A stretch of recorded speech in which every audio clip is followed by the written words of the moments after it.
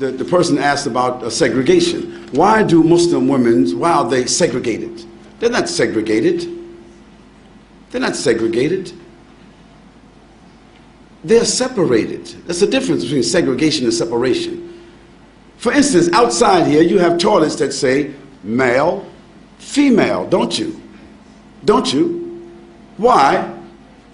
Why shouldn't there just be a toilet? Because there are sensitivities that we as moral, decent, dignified, educated people accept, that there are sensitivities and privacy that the female would like to have as opposed to just walking into an open toilet. Now maybe in Amsterdam or some other places in Europe where they just have open toilets, it's different. But in most cases in the world, in most places in the world, they select to have a male and a female toilet. Why? Because there's the inherent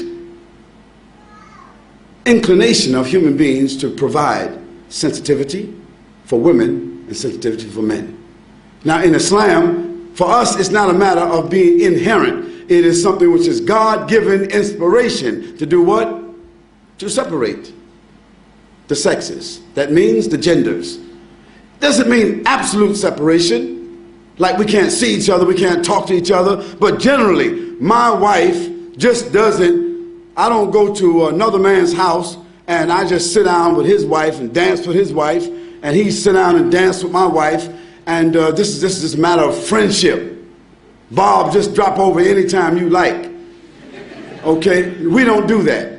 No, I come to visit Bob or Abdullah. Abdullah's wife comes to visit my wife.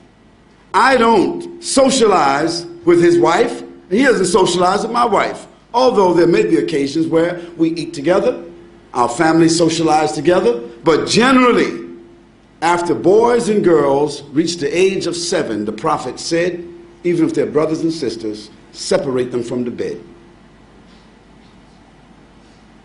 And when they get to the age of menstruation and they realize another level of consciousness, then give them separate rooms.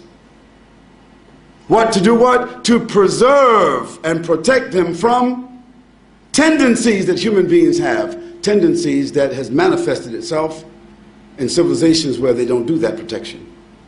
So we are obeying Almighty God. That's what we're doing.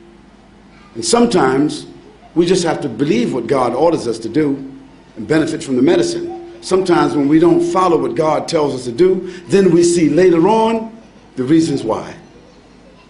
So we don't apologize for that. We say that it brings us dignity, it brings us distinction. Whether it be the hijab of the women or the separation of the men and the women, it brings us distinction, it brings us dignity and protection and morality, additional morality. That's why we do it.